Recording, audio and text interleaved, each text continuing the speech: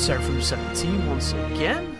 This is my Rise of the Tomb Raider Survivor difficulty walkthrough.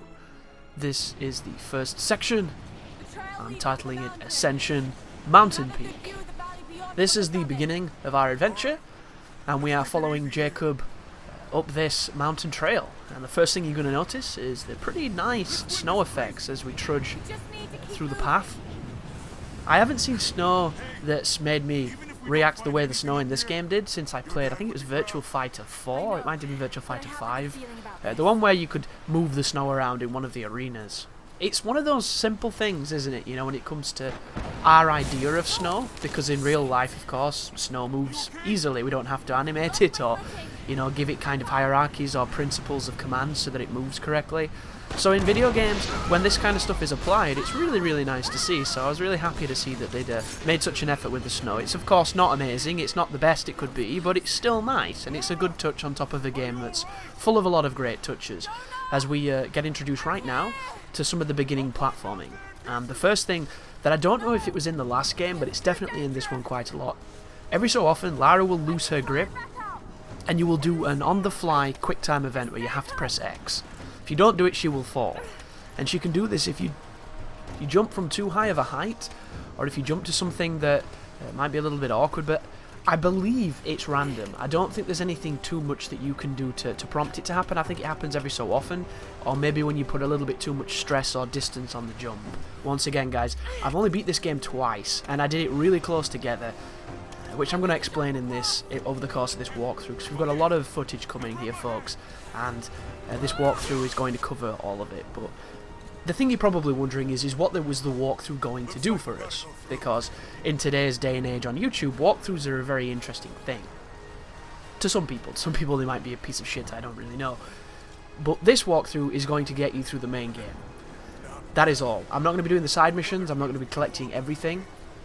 However, there's going to be two exceptions in this walkthrough that I don't usually do. The first of which is going to be I am going to be collecting certain things, because in this game, picking things up is tied to leveling Lara. The higher Lara's level, the more abilities she can get. It just reaps the rewards of increased performance, and I'm going to not necessarily go out of my way to find stuff, but I'm definitely going to be using the instinct ability or the vision mode that she has, and I'm definitely going to be picking up anything that's glowing just to give me some extra abilities so that I can progress through the game a little bit swifter. Secondly, I'm going to do one side mission that gets me the lockpick, just because I want to be able to cash in on future boxes and hopefully get my resources back. And then on top of this, I'm going to show you my leveling and my upgrading, which is something that I don't normally share in walkthroughs unless it's completely necessary. And this game doesn't necessarily need me to show you this, but just for the purposes of this particular playthrough, I want to share it, because I think it'll make it a little bit more cohesive. And this is due to the nature of how this game works. When you approach one of the campfires, it goes into its own menu, and it enables you to do a lot of things from there.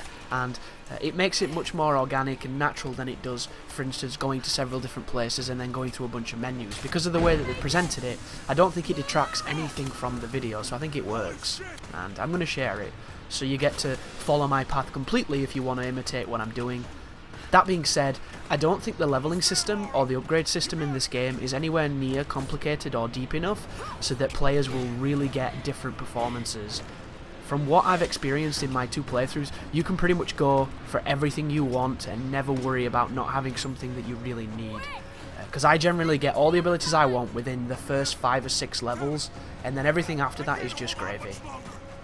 But on this sequence here, guys, you want to be quick, but you don't want to swing prematurely. So you want to definitely wait until Lara leans her arm out, and that means when you press the attack button, she will dig this pick into the wall. I have to say this, guys, because you're going to hear this a lot in this walkthrough. The detection on the ice climbing is not as good as it should have been. 80% of the time, it's going to work, but that 20% is going to do weird things, and those weird things will almost 100% of the time end in your demise, because this game loves killing you and throwing you off, and there are a lot of opportunities to do it. The platforming, whereas it is good, it still suffers from moments where it just doesn't work as well as it could, and the ice climbing is the biggest example of this, because I played a game called God of War, which had a lot of wall climbing and a lot of fast wall climbing, because you could jump to speed it up. And if I do that on this game, where I try and jump and I do things faster, she will, for whatever reason, completely miss the ice at times and kill me, and I'll have to do it all again. And it's just one of those really weird things of, they didn't quite nail it, and you're going to have moments where you kind of go, what the fuck did she do that for? Or why did she jump to the right when I'm holding up? There's all these kind of weird platforming moments that everybody's going to have from time to time, but for the most, it's not going to be the massive, standout issue with the game. But I definitely noticed it more times than not, and I've got so many stupid clips, I might even put a montage together, just to show you how many times where she did something that was stupid. Like, she would hook the axes into the wall, and then let go. And there's no button to let go unless you press B, and you don't press B, she just kind of did it, and it makes you not trust the platforming. And if there's no trust, it makes it difficult to do these crazy things. But that is the very beginning of the game, guys. Thank you for checking out the walkthrough. I hope you stay along for the ride, and I will see you in the next level. You take care now.